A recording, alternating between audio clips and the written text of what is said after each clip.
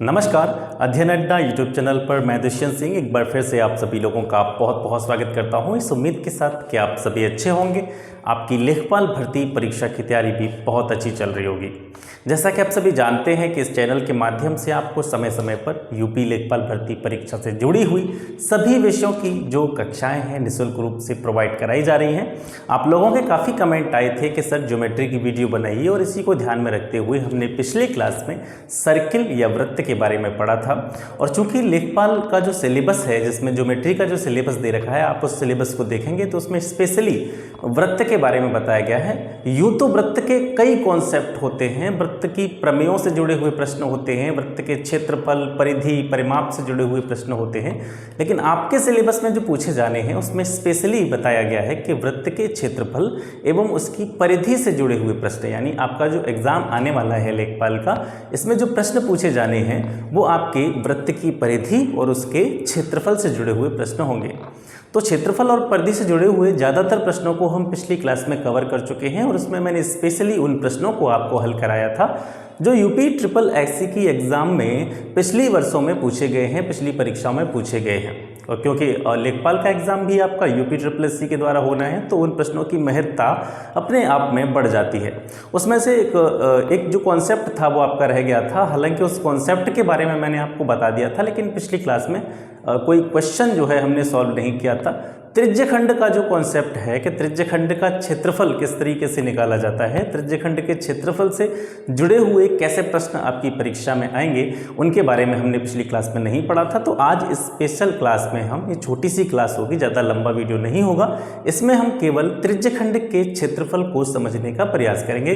त्रिज्यखंड किसे कहते हैं, त्रिज्यखंड कैसे बनता है, इस चीज़ के बारे में हालांकि हम पिछली क्लास में डिस्कस कर चुके हैं।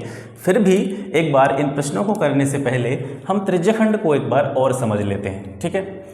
तो ये एक वृत्त है। वृत्त के लगभग सभी कॉन्सेप्ट को मैं आपको पिछली क्लास में बता चुका हूँ। स्पेशली एरिया और परिधि या परिमाप से जुड़े हुए जितने भी चीज़ें हैं उनको हम पिछली क्लास में डिस्कस कर चुके हैं। तो ये कोई सर्किल है, वृत्त है, ये इसका सेंटर है, केंद्र, ठीक है। त्रिज्या को मैंने आपको बताया था, त्रिज्या क्या होती है, वृत्त के केंद्र से परिधि को मिलाने वाली रेखा। वृत्त के केंद्र से, यानी ये केंद्र हो गया, और इस केंद्र से मैं परिधि को, ये जो लाइनिंग आउटर लाइन आपको दिख रही है ये परिधि है, तो वृत्त के केंद्र को अगर परिधि से मिला देंगे तो जो लाइन आपको दिखेगी वो त्रिज्या होगी।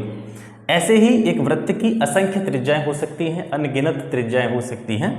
त्रिज्यखंड के बारे में हम पढ़ रहे हैं, तो त्रिज्यखंड को हम कैसे परिभाषित करते हैं कि वृत्त की किन्हीं भी दो त्रिज्याओं के बीच का जो क्षेत्रफल होता है, वृत्त की दो त्रिज्याएं, एक मैंने ये त्रिज्या खींच दी, एक ये त्रिज्या बनाई मैंने, अब इन दोनों त्रिज्याओं से घिरा हुआ जो क्षेत्र होता है, यानी ये वाला क्षेत्र, ठीक है, इसको क्या कहेंगे सर, ये त्रिज्यखंड होगा, ठीक है। इसको क्या कहेंगे हम, त्रिज्यखंड कहेंगे। अब ऊपर वाला एरिया भी तो देखो दोनों त्रिज्याओं से घिरा हुआ है, यानी ये वाला भी त्रिज्याओं के बीच का है। अगर इसको हम देखें तो ये ऊपर वाला एरिया है, ये भी तो इन दोनों त्रिज्याओं से घिरा हुआ है, लेकिन ऊपर वाला एरिया वो है कैसा है, बड़ा एरिया है, नीचे वाला एरिया छोटा एरिया है। तो इसको हम सुविधा की दृष्टि से क्या कहते हैं, लघु त्रिज्यखंड, ठीक है, छोटे वाले त्रिज्यखंड को।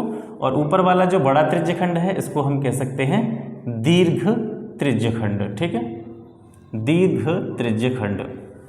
दोनों त्रिज्याओं के बीच में कोई कोण हम यहाँ पे मान लेते हैं थीटा, ठीक है, यानी त्रिज्याएं, दोनों त्रिज्याओं के बीच में थीटा कोण पर घिरा हुआ जो भी क्षेत्रफल होता है उसको हम क्या कहते हैं, त्रिज्यखंड कहते हैं, ठीक है।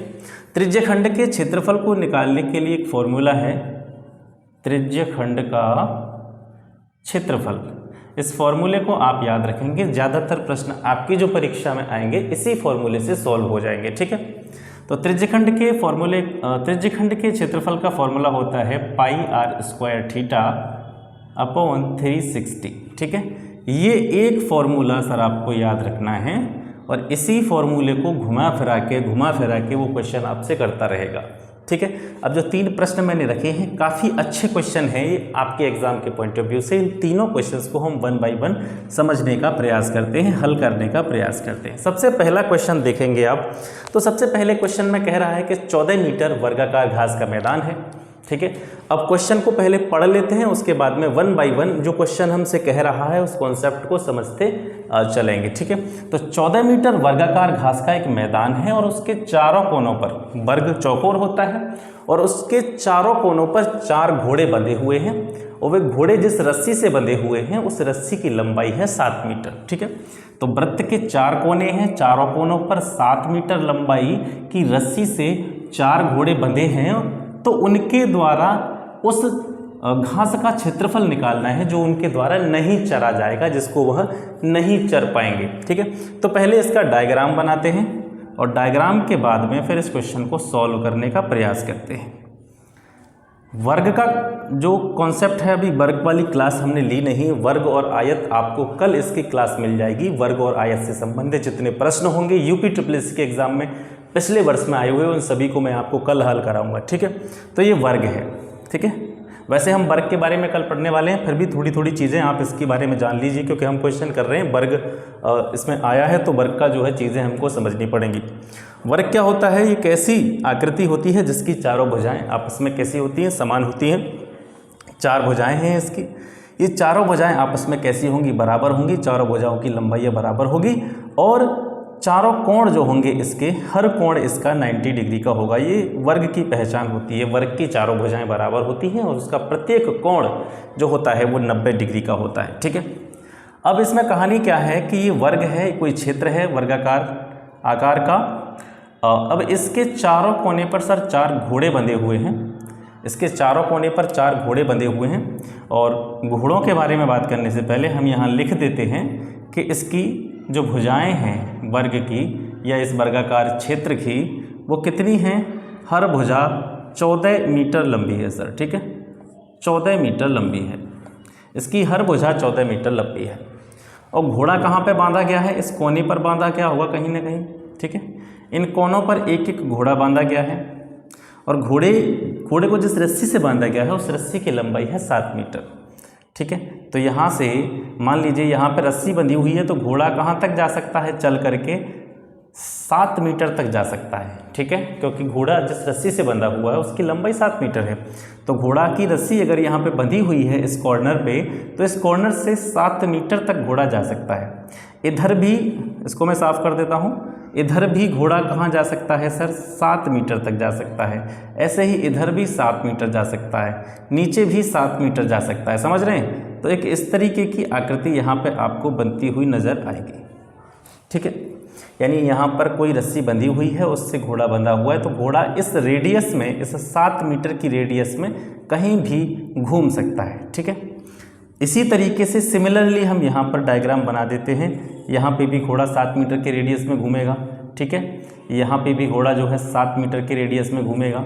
इसी तरीके से नीचे वाले क्षेत्र में भी घोड़ा 7 मीटर की रेडियस में घूमेगा, ठीक है। तो इस तरीके की कुछ आकृति आपके सामने बनती हुई नज़र आएगी, ठीक है।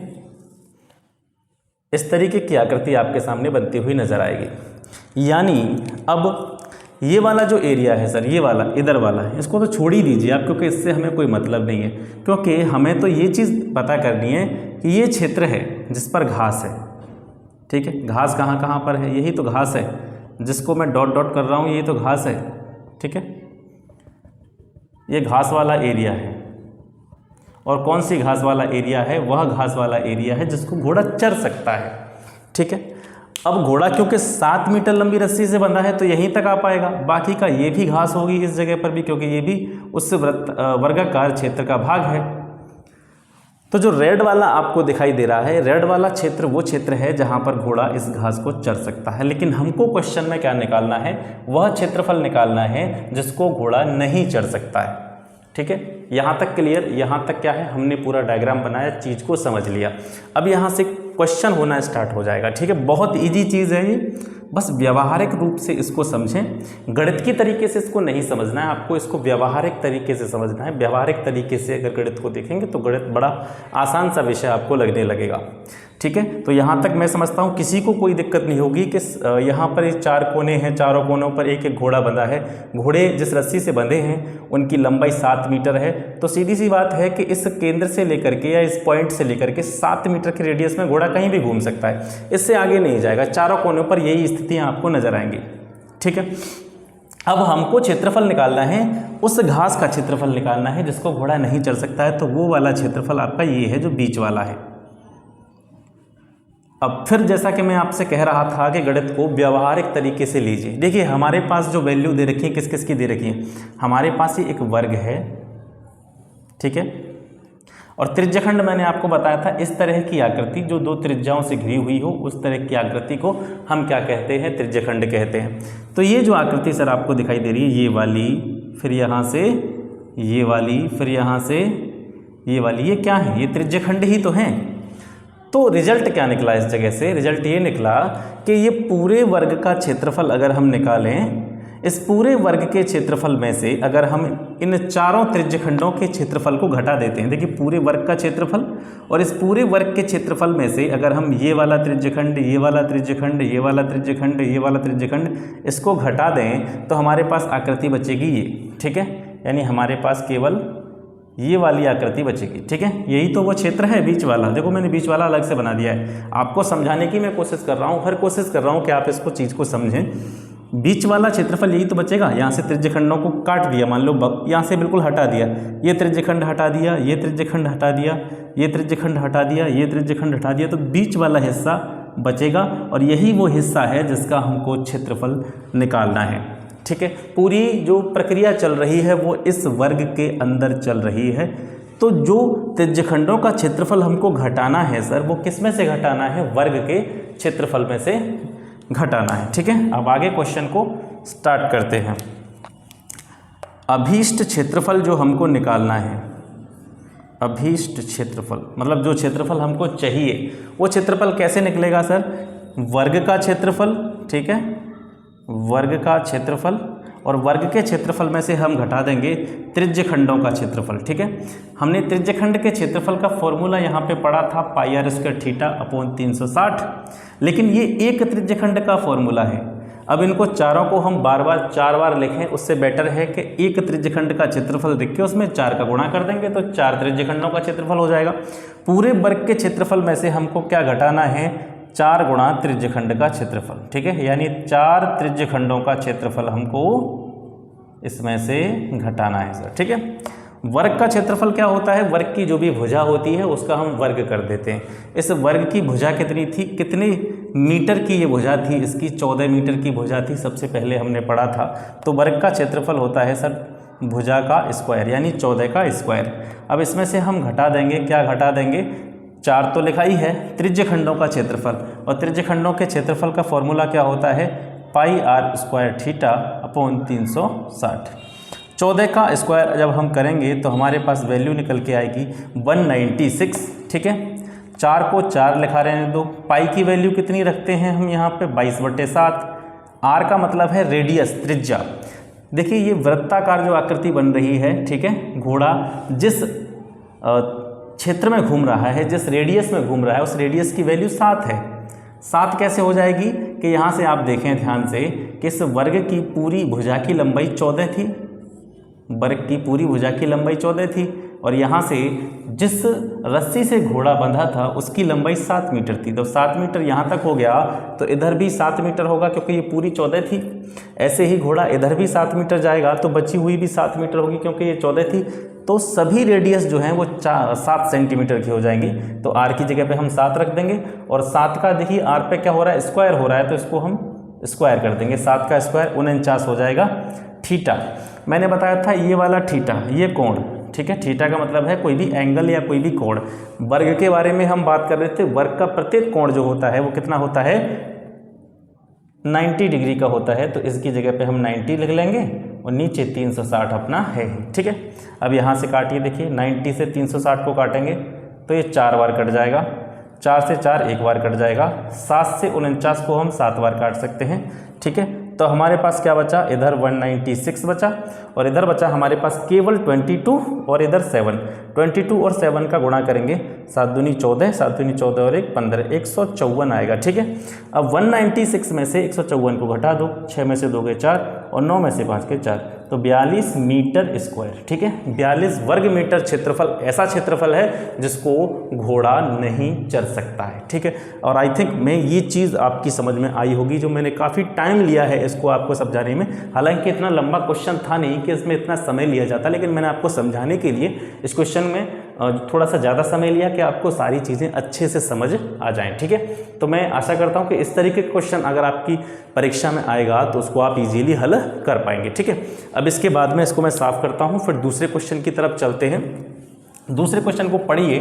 दूसरा क्वेश्चन क्या कह रहा है आपका? दूसरा क्वेश्चन बता रहा है कि 7 सेंटीमीटर त्रिज्या के 3 वृत्ताकार टुकड़े हैं, ठीक है, और तीनों वृत्ताकार टुकड़ों को एक दूसरे से सटा करके रखा गया है, ठीक है।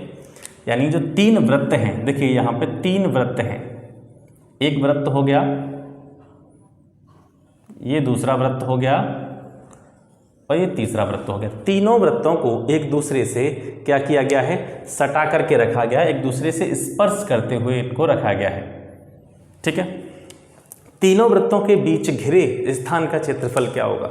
अब तीनों वृत्तों से जो स्थान घेरा जा रहा है वो कौन सा है तीनों वृत्तों के बीच में? देखो ये वाला जो स्थान है, ठीक है, ये वाला जो स्थान है ये तीनों वृत्तों से घिरा हुआ स्थान है। अब यहाँ से आगे बढ़ते हैं, ये हो गया वृत्त का सेंटर, ये हो गया वृत्त का सेंटर और ये हो गया वृत्त का सेंटर, ठीक है। अब ये केंद्र है सर, इस केंद्र से मैं यहाँ परिधि तक जाता हूँ तो ये क्या हो गई? इस वृत्त की त्रिज्या हो गई। अब इस वृत्त की त्रिज्या कितनी दे रखी है? 7 सेंटीमीटर, और 7 सेंटीमीटर प्रत्येक वृत्त की त्रिज्या है, ठीक है। ऐसे इस केंद्र से मैं परिधि तक जाता हूँ तो सर ये भी 7 सेंटीमीटर होगी, ठीक है। इस केंद्र से मैं यहाँ परिधि तक जाता हूँ तो ये भी 7 सेंटीमीटर होगी। इस केंद्र से यहाँ परिधि तक जाता हूँ तो ये भी 7 सेंटीमीटर होगी। इस केंद्र से यहाँ परिधि तक आता हूँ ये भी 7 होगी, और यहाँ से इस परिधि तक जाता हूँ ये भी कितनी होगी? आपकी 7 सेंटीमीटर होगी, ठीक है। एक अलग से डायग्राम बनाते हैं आपको समझाने के लिए। आपको इस तरह का ट्रायंगल एक नज़र आ रहा होगा बीच में, ठीक है। अब चूंकि यहाँ से यहाँ तक इसकी लंबाई 7 है, यहाँ से यहाँ तक लंबाई 7 है, तो पूरी भुजा की लंबाई जो बनेगी आपकी वो कितनी बन जाएगी? 14 सेंटीमीटर, ठीक है। और सभी भुजाएं कितनी कितनी हैं? 14 सेंटीमीटर की हैं। तीनों भुजाएं जो हैं त्रिभुज की वो 14 सेंटीमीटर हैं। जब किसी त्रिभुज की तीनों भुजाएं समान हों तो वो त्रिभुज कैसा होता है? समबाहु त्रिभुज होता है। समबाहु मतलब जिसकी भुजाएं कैसी हों? समान हों, वो समबाहु त्रिभुज होता है, ठीक है। ये मिक्स वाले क्वेश्चन हैं, हालांकि हम सर्किल का कॉन्सेप्ट पढ़ रहे हैं, लेकिन उसमें वृत्त से जुड़े हुए भी मिक्स करके क्वेश्चन पूछ सकता है, वर्ग से जुड़े हुए प्रश्न भी पूछ सकता है, एक दूसरे से कंबाइन करके, ठीक है। अभी हमने सिर्फ वृत्त पे बात की है, वृत्त के बाद में हम आयत, वर्ग, चतुर्भुज जितने भी हैं, इसके अलावा ट्राइंगल वगैरह, इन सभी पर आगे जैसे जैसे क्लासेस आगे बढ़ती जाएंगी तो हम बात करते जाएंगे। तो ये समबाहु त्रिभुज हो गया सर इसके बीच में। अब वही कॉन्सेप्ट जो आपने अभी लगाया था, ठीक वही चीज़ आपको इसमें भी इम्प्लाई कर रही है। कैसे? ये जो आकृतियाँ आपको दिख रही हैं, देखिए जहाँ जहाँ मेरा मार्कर चलेगा उस चीज़ को आप थोड़ा पॉइंट आउट करें, ध्यान से देखें। ये इधर से इधर और फिर ऐसे, ये क्या है? त्रिज्यखंड ही तो है जिसके बारे में अभी हम पढ़ रहे थे। यहाँ से ये ऐसे करके ये भी एक त्रिज्यखंड हो गया, और यहाँ से ऐसे करके ये भी एक त्रिज्यखंड हो गया। यानी ये तीनों त्रिज्यखंड किसके अंदर बन रहे हैं? देखिए इसी के तो अंदर बन रहे हैं, इस त्रिभुज के अंदर तो बन रहे हैं ये तीनों त्रिज्यखंड, ठीक है। तो तीनों त्रिज्यखंड इस वृत्त के अंतर्गत बन रहे हैं। तो जो बीच का क्षेत्रफल है ये वाला हमको निकालना है। तो ये वाला हम कैसे निकालेंगे? फिर वही चीज़ आपको करनी है। आपके सामने नज़र आ रहा है आपको एक त्रिभुज, और इधर वाले एरिया से कोई भी मतलब नहीं है। इधर वाला जो खाली एरिया है इससे आपको कोई मतलब नहीं है। ये त्रिभुज आपको नज़र आ रहा है, और सेम चीज़ जो अभी हमने अप्लाई की थी पिछले क्वेश्चन पर, उसी चीज़ को आप इसमें अप्लाई करेंगे। आप ये सोचेंगे कि इस पूरे त्रिभुज के क्षेत्रफल में से यदि मैं इतना इतना, यानी ये जो त्रिज्यखंड हैं इनके क्षेत्रफल को अगर हटा देता हूँ तो मेरे पास केवल ये एरिया बचेगा। और यही एरिया हमें प्रश्न में पूछ रहा है कि तीनों वृत्तों से घिरे स्थान का क्षेत्रफल क्या होगा। तीनों वृत्तों से यही स्थान तो बच रहा है जो घिरा हुआ है, ठीक है। तो अभीष्ट क्षेत्रफल, हम क्षेत्रफल निकालेंगे तो क्षेत्रफल कैसे निकलेगा? वृत्त का क्षेत्रफल, त्रिभुज का क्षेत्रफल। त्रिभुज कैसा है? समबाहु त्रिभुज का क्षेत्रफल, और इसमें से माइनस कर दीजिए क्या? त्रिज्यखंडों का क्षेत्रफल, ठीक है। त्रिज्यखंड कितने हैं? 3 हैं, तो 3 गुणा त्रिज्यखंड का क्षेत्रफल। ठीक है, समबाहु त्रिभुज के क्षेत्रफल का सूत्र होता है √3/4 इंटू भुजा पे स्क्वायर। 3 इंटू त्रिज्यखंड का क्षेत्रफल आपको पता ही है πr² थीटा अपॉन 360। √3/4 भुजा सर त्रिभुज की भुजा कितनी है 14 सेंटीमीटर है, तो 14 का स्क्वायर हो जाएगा। 3 इंटू पाई की वैल्यू 22/7 रख देंगे। आर यानी त्रिज्या, त्रिज्या कितनी है इस वृत्त की 7, सभी वृत्तों की त्रिज्या 7 है, 7 का स्क्वायर कर देंगे तो 49 हो जाएगा। थीटा क्या लेंगे यहाँ पे दिमाग लगाएं, ये त्रिभुज है, समबाहु त्रिभुज है, ठीक है, और चूंकि इस त्रिभुज की सभी भुजाएं आपस में कैसी हैं, बराबर हैं। त्रिभुज की सभी भुजाएं आपस में बराबर हैं। आप जानते हैं कि त्रिभुज के सभी कोणों का योग, कोई सा भी त्रिभुज हो, कैसी भी प्रकृति का त्रिभुज हो, त्रिभुज के सभी कोणों का योग 180 होता है। त्रिभुज के 3 कोण होते हैं, तीनों कोणों का योग 180 होता है। अब चूंकि इसकी भुजा बराबर है तो इसके कोण भी बराबर होंगे, और 180 को बराबर बराबर 3 कोणों में डिवाइड करेंगे तो कितना आएगा 60 आएगा। यानी इसका मतलब है समबाहु त्रिभुज का प्रत्येक कोण जो होता है वो 60 डिग्री का होता है। ठीक है, तो यहाँ पे हम क्या लिख देंगे 60 लिख देंगे। ठीक है, और नीचे 360 आपका पहले से दे रखा है। अब इसको पूरा सॉल्व करते हैं। 60 से 360 को काटेंगे 6 बार कट जाएगा, 7 से 49 को काटेंगे 7 बार कटेगा, 3 से 6 को काटेंगे 2 बार कटेगा, और 2 से 22 को काट देंगे 11 बार। ठीक है, √3/4 और ये हो जाएगा आपका 14 का स्क्वायर करेंगे, 14 गुणा 14 तो 196 हो जाएगा। यहाँ आपका 77 बचेगा। 4 से इसको काटेंगे, 4 चौका 16, 4 नाम 36। ठीक है, तो आपका आ जाएगा 49 √3 माइनस 77। ठीक है, अब इसको सॉल्व कर लीजिए। 49 इंटू √3 यानी 3 का वर्गमूल कितना होता है 1.732 माइनस 77। अब 49 का इसका गुणा कर लेंगे, गुणा करने के बाद में 77 उसमें से माइनस कर देंगे, वो आपका आंसर हो जाएगा। ठीक है, ये 2-3 वैल्यू आपको याद रखनी है। जैसे कभी √2 की वैल्यू आ जाए तो 1.414 इसकी वैल्यू होती है। ठीक है, √3 आ जाए तो 1.732 इसकी वैल्यू होती है। ये कभी कभी कैलकुलेशन में आ जाती है तो दिक्कतें होती हैं, तो इनकी वैल्यू डायरेक्ट जो है हमको पता होनी चाहिए। √2 की वैल्यू 1.414 और √3 की वैल्यू 1.732। ठीक है, तो यहाँ पर आपको कुछ नहीं करना है, बस कैलकुलेशन करनी है। 49 का इसमें गुणा करना है, उसमें 77 घटा देना है, जो निकल के आएगा वही आपका घेरे स्थान का क्षेत्रफल होगा। ठीक है, आई थिंक ये चीज़ आपकी समझ में आ गई होगी। अब चलते हैं अपने तीसरे प्रश्न की तरफ। ठीक है, तीसरा प्रश्न आपका कह रहा है कि 3 घोड़ों में से प्रत्येक को एक 7 मीटर लंबी रस्सी द्वारा, देखिए अब की बार थोड़ा सा कंफ्यूज करेगा क्वेश्चन आपको। कभी कभी परीक्षा में ऐसे प्रश्न पूछ लिए जाते हैं जो थोड़ा सा कंफ्यूज करते हैं। चीज़ वही है लेकिन थोड़ी सी अलग चीज़ इसमें दे दी है कि 3 घोड़ों में से प्रत्येक को एक 7 मीटर लंबी रस्सी के द्वारा 20 मीटर, 30 मीटर, 40 मीटर भुजाओं वाले त्रिभुजाकार भूखंड के, यानी एक त्रिभुज है जिसकी एक भुजा 20 है, एक 30 है, ठीक है, और एक कितनी है, एक 40 है। इन 3 कोनों पर एक एक घोड़ा बांधा गया है, इन तीनों कोनों पर एक एक घोड़ा बांधा गया है। ठीक है, और कितनी मीटर लंबी रस्सी से बांधा गया है, 7 मीटर लंबी रस्सी से बांधा गया है। तो मैं ऐसे ही बना लेता हूँ। अब आप सोच रहे होंगे कि मैंने जब पहला क्वेश्चन किया था तब मैंने तीनों सर्कल्स को आपस में जोड़ दिया था, इसमें मैंने क्यों नहीं जोड़ा? तो इसमें सबसे बड़ी ध्यान देने की बात है, पहला जो त्रिभुज था सर वो समबाहु त्रिभुज था, उसकी तीनों भुजाएं बराबर थी, तो वृत्त जो है एक दूसरे से सटे हुए ही उसमें बनेंगे। ठीक है, इसमें क्या है कि एक भुजा 20 की है, एक 30 की है, एक 40 की है, तो ज़रूरी नहीं है कि तीनों वृत्त एक दूसरे से सट जाएं, तो दूर दूर हो जाएंगे, क्योंकि इनकी जो लंबाइयाँ हैं वो कैसी हैं, अलग अलग हैं। ठीक है, और ये जो अलग अलग लंबाइयाँ दी हैं ना, ये सिर्फ आपको कंफ्यूज करने के लिए दी हैं, इनका सवाल में कोई भी इश्यू नहीं है, कोई इनका मतलब ही नहीं है। तो 20, 30, 40 मीटर भुजाओं वाले त्रिभुजाकार भूखंड के एक एक कोने पर एक घोड़े को 7 मीटर लंबी रस्सी से बांधा गया है। भूखंड के उस भाग जिस पर घोड़े चर सकते हैं, घोड़े किस भूभाग पर चढ़ सकते हैं, उसका क्षेत्रफल। बीच का क्षेत्रफल नहीं पूछ रहा है। अब तक हमने दोनों सवालों में क्या निकाला था, जो चरने के बाद में बचा हुआ क्षेत्रफल है, जिसको या फिर सर्किल से घिरा हुआ क्षेत्रफल है, या वह ऐसा क्षेत्रफल है जिसको घोड़े नहीं चढ़ सकते हैं। इस टाइप के क्वेश्चन हमने करे थे पिछले 2 क्वेश्चन। इसमें बीच का शेष क्षेत्रफल नहीं पूछ रहा है, इसमें पूछ रहा है कि किस भाग को घोड़ों के द्वारा चरा जा सकता है, वो क्षेत्रफल निकालना है। तो आप यहीं से आपको बिल्कुल दिमाग में आपके में इमेज बन गई, कौन सा भाग घोड़ा चढ़ सकता है। भाई इधर तो घास है ही नहीं, भूखंड तो ये वाला है ना जो त्रिभुज दिखाई दे रहा है, तो घास इसी पे होगी, इतने इतने एरिए पे, ठीक है। घास तो ऐसे तो पूरे पे होगी, पूरे पे ये घास है, इस पूरे भूखंड पे घास है, ठीक है।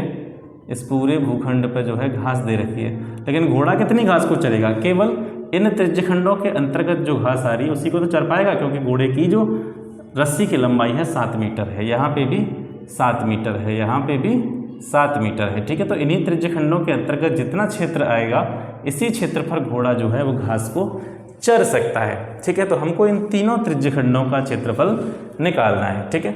यानी हमको पूछ रहा है कि भूखंड के उस भाग का क्षेत्रफल ज्ञात कीजिए जिस पर घोड़े चढ़ सकते हैं। तो घोड़े कहाँ कहाँ चरेंगे, घोड़े यहाँ चढ़ सकते हैं, घोड़े यहाँ चढ़ सकते हैं, घोड़े यहाँ चढ़ सकते हैं। बीच के क्षेत्रफल से हमको कोई भी मतलब नहीं है, ठीक है। अभीष्ट क्षेत्रफल यानी जो क्षेत्रफल हमको चाहिए वो कैसे निकलेगा, तीनों त्रिज्यखंडों का क्षेत्रफल, ठीक है। तीनों त्रिज्यखंडों का क्षेत्रफल यहाँ लिख देता हूँ मैं, तीनों त्रिज्यखंडों का क्षेत्रफल। अब देखिए कुछ ऐसे प्रश्न आते हैं, त्रिज्यखंड के क्षेत्रफल निकालने के लिए हमको थीटा की जरूरत पड़ती है। जो त्रिज्याएं होती हैं उन त्रिज्याओं के बीच में एंगल कितने का बन रहा है, कोण कितने का बन रहा है, उसकी हमको आवश्यकता पड़ेगी। लेकिन क्योंकि यह जो त्रिभुज है ये विषम बाहु त्रिभुज है, मतलब इसकी तीनों भुजाएं की लंबाई जो है वो अलग अलग है, तो यहाँ से हम कोण का निर्धारण कैसे करेंगे। सोचिए, दिमाग लगाइए कि यहाँ से हम कोण का निर्धारण कैसे करेंगे। पहला त्रिभुज जो था वो समबाहु त्रिभुज था, उसकी तीनों भुजाएं समान थी। अब तीनों भुजाएं समान थी तो तीनों कोण भी कैसे होंगे, समान होंगे। और सभी कोणों का योग 180 होता है, त्रिभुज के सभी कोणों का योग 180 होता है। और जब तीनों कोण समान हैं तो 60-60 के होंगे। सिंपल सी बात, इसमें कोई बहुत बड़ा आपको एल्गोरिदम यूज नहीं करनी है। तो ये चीज़ थी। लेकिन यहाँ पर क्या है कि हमारे त्रिभुज का जो स्वरूप है वो बदल गया, त्रिभुज हमारा विषम बाहु हो गया। और विषम बाहु त्रिभुज में हम कोणों की लंबाइयाँ कोणों की जो माप है वो क्या लेंगे। तो देखिए यहाँ से एक बहुत सुंदर सी बात निकल करके आएगी। 3 त्रिज्यखंड हैं तो तीनों त्रिज्यखंडों का क्षेत्रफल हम कैसे निकालेंगे। हम यहाँ फॉर्मूले लिखते हैं, पाई आर स्क्वायर थीटा। तो थीटा तो हमें पता नहीं है, और तीनों कोण जो हैं वो कैसे होंगे, अलग अलग होंगे। भाई यहाँ पर लंबाई 20 है, यहाँ पर 40 हो गई, यहाँ पर 30 होगी, तो कोणों की लंबाई, जो कोणों की माप है वो भी बदल जाएगी। तो इसको हम सुविधा के लिए मान लेते हैं θ1, ठीक है। और नीचे आपका 360 सब फॉर्मूले में आएगा ही। तो एक त्रिज्यखंड ये हो गया। पूरा जो क्षेत्रफल हमको निकालना है जिस पर घोड़े चढ़ सकते हैं वो क्षेत्रफल क्या है, तीनों त्रिज्यखंडों का क्षेत्रफल है। तो एक त्रिज्यखंड का क्षेत्रफल तो ऐसे आ गया। दूसरे का कैसे निकालेंगे, पाई आर स्क्वायर θ2, ठीक है, क्योंकि दूसरे कोण का भी नाम हमको नहीं पता है। पाई आर स्क्वायर θ3, तीसरे कोण की भी माप हमको नहीं पता है। तो ये तीनों त्रिज्यखंडों का क्षेत्रफल जब हम जोड़ देंगे तो हमको अभीष्ट क्षेत्रफल प्राप्त हो जाएगा जिस पर घोड़े चढ़ सकते हैं। अब ध्यान से देखेंगे इन तीनों चीज़ों में जो कॉमन चीज़ है वो क्या है, pi r square upon 360, pi r square upon 360, pi r square upon 360, ये तीनों आपकी चीज़ों में है, ठीक है। तो पाई आर स्क्वायर अपॉन 360 हम इसमें से कॉमन ले सकते हैं, बाहर निकाल सकते हैं। जब पाई आर स्क्वायर अपॉन 360 बाहर आ गया तो सर बचेगा यहाँ पे θ1, यहाँ पे बचेगा θ2, यहाँ पे बचेगा θ3। आपका सवाल हो चुका है। θ1, θ2, θ3 ये तीनों जो कोण हैं सर किसके कोण हैं, ये इस त्रिभुज के कोण हैं। और आपको पता है कि त्रिभुज के तीनों कोणों का योग कितना होता है, 180 होता है। तो हमको यहाँ पर अलग अलग इनकी वैल्यू क्या है इसके बारे में बिल्कुल भी सोचना नहीं है। तीनों जो एंगल हैं हमको इतना पता है कि ट्राइंगल के, त्रिभुज के तीनों कोणों का योग 180 होता है, 180 होता है। तो प्रॉब्लम बिल्कुल सॉल्व हो चुकी है आपकी। θ1, θ2, θ3 तीनों कोणों को जोड़ा गया है और हमको पता है तीनों कोणों का योग 180 होता है। तो इस पूरी इस इक्वेशन की जगह पे हम वैल्यू 180 पुट कर सकते हैं, ठीक है। वैल्यू रख दीजिए सभी चीज़ की। पाई की वैल्यू 22/7, आर कितनी है, त्रिज्या आपकी 7 है, 7 का स्क्वायर कर देंगे 49 क्योंकि आर पे स्क्वायर है। नीचे 360 लिखेंगे, फिर 180 लिखेंगे। ठीक है, 180 से 360 को डिवाइड करेंगे 2 बार, 7 से 49 को काटेंगे 7 बार, 2 से 22 को काटेंगे 11 बार। अब हमारे पास क्या बचा, 11 और 7, 11 7 का मल्टीप्लिकेशन करेंगे 77। वैल्यू किस में दे रखी थी, मीटर में, मीटर स्क्वायर। 77 वर्ग मीटर ऐसा क्षेत्रफल है जिस पर घोड़े चढ़ सकते हैं। ठीक है, ये 3 क्वेश्चन हमने करे त्रिज्यखंड से संबंधित। आशा करता हूँ ये चीज़ आपको पसंद आई होगी, त्रिज्यखंड का कॉन्सेप्ट आपकी समझ में आया होगा। लेखपाल परीक्षा की आप तैयारी कर रहे हैं, कोई सीजीएल एग्जाम की तैयारी नहीं कर रहे हैं। और जैसा कि एक बात मैं हमेशा से कहता हूँ कि एग्ज़ाम निकालने में और ज्ञानी बनने में बहुत फ़र्क होता है। अगर आप नॉलेज या ज्ञानी बनने के चक्कर में रहेंगे तो डेफिनेटली आप एग्ज़ाम नहीं निकाल पाएंगे। सपोज करिए आपके सिलेबस में वृत्त के क्षेत्रफल एवं परिधि से जुड़े हुए प्रश्नों के बारे में बताया गया है। अब मान लीजिए एग्ज़ाम डेट नज़दीक आने वाली हो या 2 महीने में 3 महीने में एग्ज़ाम आने वाला हो, तो आप पूरे सिलेबस को पढ़ करके क्या करेंगे, आप वृत्त की प्रमेयों को पढ़ करके क्या करेंगे। वृत्त में तो बहुत सारे कॉन्सेप्ट हैं, 50 100 200 कॉन्सेप्ट होंगे कम से कम। उन सभी को पढ़ करके आप क्या करेंगे, आपको वो पढ़ना चाहिए ना जो आपके एग्ज़ाम को फुलफिल कर रहा है, जो आपकी एग्ज़ाम की डिमांड है वो पढ़िए आप। तो मैं हमेशा यही कहता हूँ। अच्छा, इस चीज़ का मैं पक्षधर नहीं हूँ, मैं आपसे ये नहीं कह रहा हूँ कि वृत्त की प्रमेयों से जुड़े हुए क्वेश्चन कैसे होते हैं वो आपको नहीं सीखने चाहिए। सीखने चाहिए, बिल्कुल सीखने चाहिए, लेकिन इस समय पर नहीं सीखने चाहिए, क्योंकि इस समय पर आपको सिर्फ क्षेत्रफल, परिधि, परिमाप, इन पर आपको फोकस करना चाहिए, क्योंकि आपका एग्ज़ाम आने वाला है। जब आपका एग्ज़ाम ओवर हो जाए फिर आराम से ज्ञान प्राप्ति की दिशा में चले जाइए। पूरी अच्छी तरीके से सभी प्रमेयों को, पूरी जितनी भी मैथ के जितने भी कॉन्सेप्ट हैं सभी को हल कीजिए, लेकिन फ़िलहाल हमको केवल उन्हीं चीज़ों पे फोकस करना है। एग्ज़ाम आपने देखा होगा कि आपके आसपास, आपके एनवायरनमेंट में ऐसे विद्यार्थी, ऐसे छात्र आवश्यक रूप से दिखाई देते होंगे जो आपको लगता होगा कि ये बहुत ब्रिलियंट है, बड़ा टैलेंटेड है, इसको सब आता है लेकिन एग्ज़ाम नहीं निकाल पाता। ऐसे बहुत से उदाहरण देखने को मिलते हैं। वो उन्हीं में से होते हैं जो एग्ज़ाम की डिमांड को ध्यान में नहीं रखते हैं कि एग्ज़ाम हमसे क्या मांग रहा है, उसको नहीं देखते हैं, ज्ञान प्राप्ति की लगे रहते हैं। ज्ञान प्राप्ति के लिए अलग समय मिलेगा आपको एग्ज़ाम के बाद में, आप आराम से सभी चीज़ों को सॉल्व करें, लेकिन एग्ज़ाम जब तक आ रहा है तो एग्ज़ाम की जो डिमांड है उसको आप पहली प्रायोरिटी में रखें। ये मेरी आपको सलाह है। बाकी आप अपने विवेक से समझदार हैं, अपने विवेक से अपनी समझ के आधार पर कुछ भी करें, लेकिन मेरा अभी आपसे यही कहना है कि आपका अगर एग्ज़ाम नज़दीक है तो एग्ज़ाम आपसे क्या मांग रहा है उस चीज़ पर आपको फोकस करना है। ठीक है, आशा करता हूँ आज त्रिज्यखंड का कॉन्सेप्ट आपको समझ में आया होगा। कल आपको जो है वीडियो मिलेगी आपकी रेक्टेंगल से जुड़ी हुई, आयत से जुड़ी हुई, और उस पूरी वीडियो में हम बात करेंगे यूपी SSSC के द्वारा प्रीवियस ईयर्स में जितने भी एग्ज़ाम हुए हैं उनमें आयत से जुड़े हुए कौन कौन से क्वेश्चंस पूछे गए हैं। कॉन्सेप्ट के साथ प्रीवियस ईयर के सभी क्वेश्चंस को हम सॉल्व करेंगे। तो फिर जुड़े रहें मेरे साथ, इस चैनल पर बने रहें, अपनी तैयारी को बहुत अच्छी तरीके से करते रहें। जो भी चीज़ें मैं आपको प्रोवाइड करा रहा हूँ ग्राम समाज में, हिंदी में, जीएस में, उनके नोट्स लगातार बनाते रहे हैं। फ्री इनिशिएटिव मैंने चला रखा है आप लोगों के लिए, कोई भी चार्ज इसका आप लोगों से नहीं लिया जा रहा है, और 100% ये एग्ज़ाम के लिए आपके लिए बहुत ही ज़रूरी चीज़ें हैं। इनको नोट करते चलें, लगातार रिवीजन करते रहें, और आशा करता हूँ आप एग्ज़ाम में अच्छे अंक प्राप्त कर पाएंगे। तो फिर मिलते हैं आपसे नेक्स्ट वीडियो में, तब तक के लिए नमस्कार, जय हिंद।